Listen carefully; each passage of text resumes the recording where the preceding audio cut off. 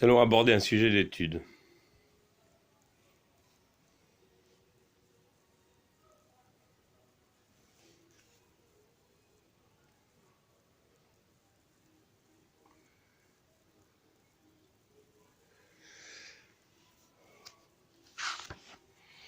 C'est la parabole qui est dans le Lotus de la Bonne Loi, la parabole de l'homme qui creuse un puits.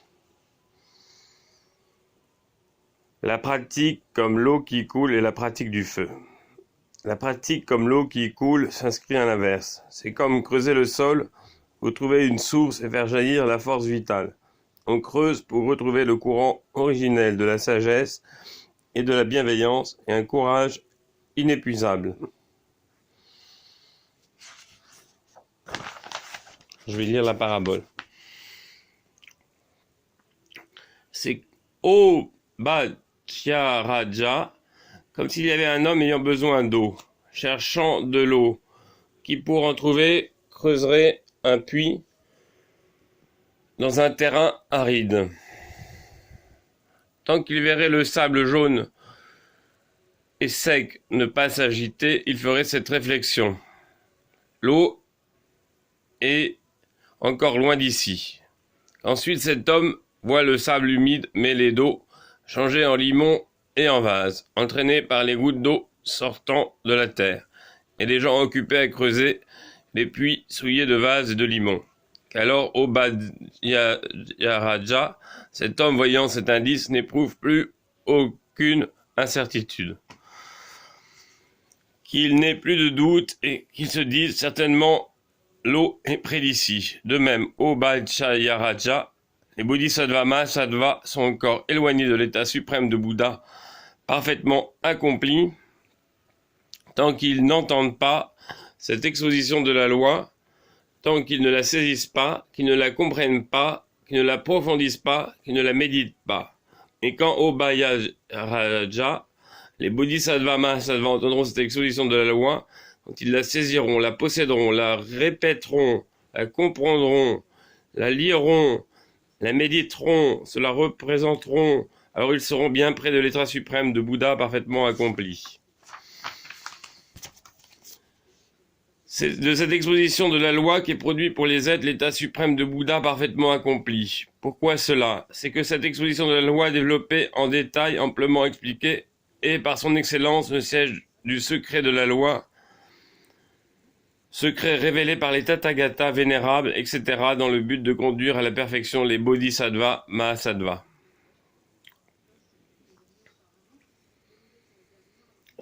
Cette loi, alors page 24, stance 33, cette loi a été suffisamment exposée ici. Cette science est subtile et elle échappe au raisonnement. Il y a beaucoup d'insensés qui sont pleins d'orgueil. Les ignorants, si cette loi était enseignée, la mépriseraient. Stance 20. De même, ils sont bien éloignés d'une telle science de Bouddha ceux qui n'ont pas entendu ce sutra, qui ne l'ont pas plusieurs fois embrassé dans leurs pensées. 21.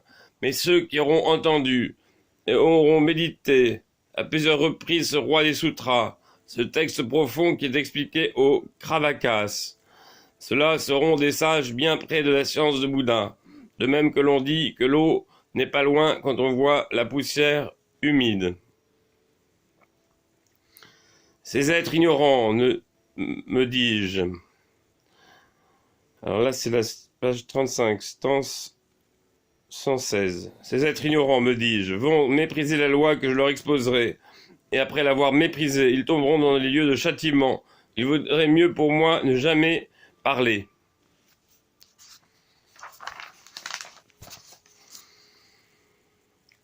Page 36, stance 226. Je parle pendant un grand nombre d'années, et je fais voir la terre du nirvana. Voici, m'écriai-je, le terme du malheur du monde. C'est ainsi que je m'exprime continuellement.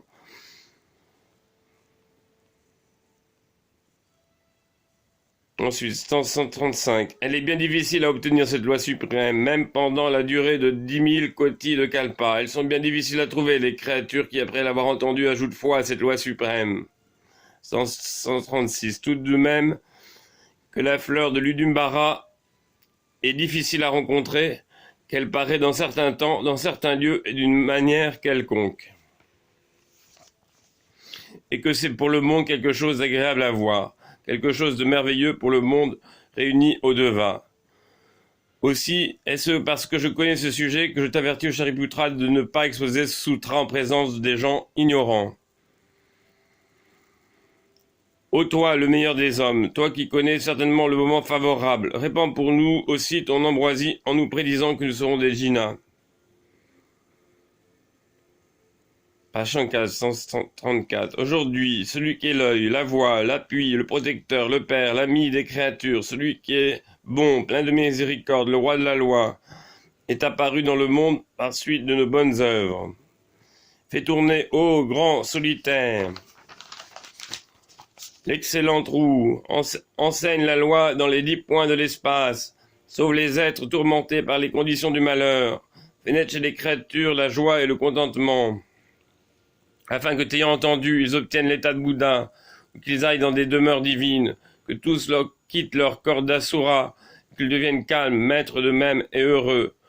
Fais tomber dans le monde l'appui de la loi excellente, fais entendre le langage dont le son est doux, prononce la parole de la loi qu'on te demande, sauve des myriades de cotis de créatures.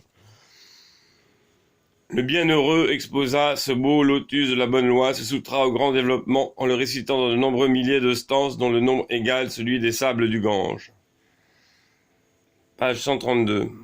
Ananda fut le gardien du trésor de la bonne loi des bienheureux Bouddhas.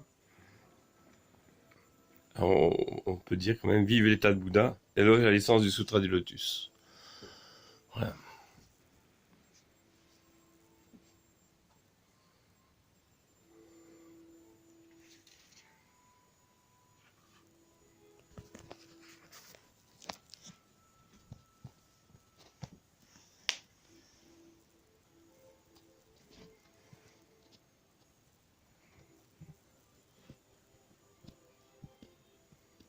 Voilà, c'était le texte que je voulais faire connaître.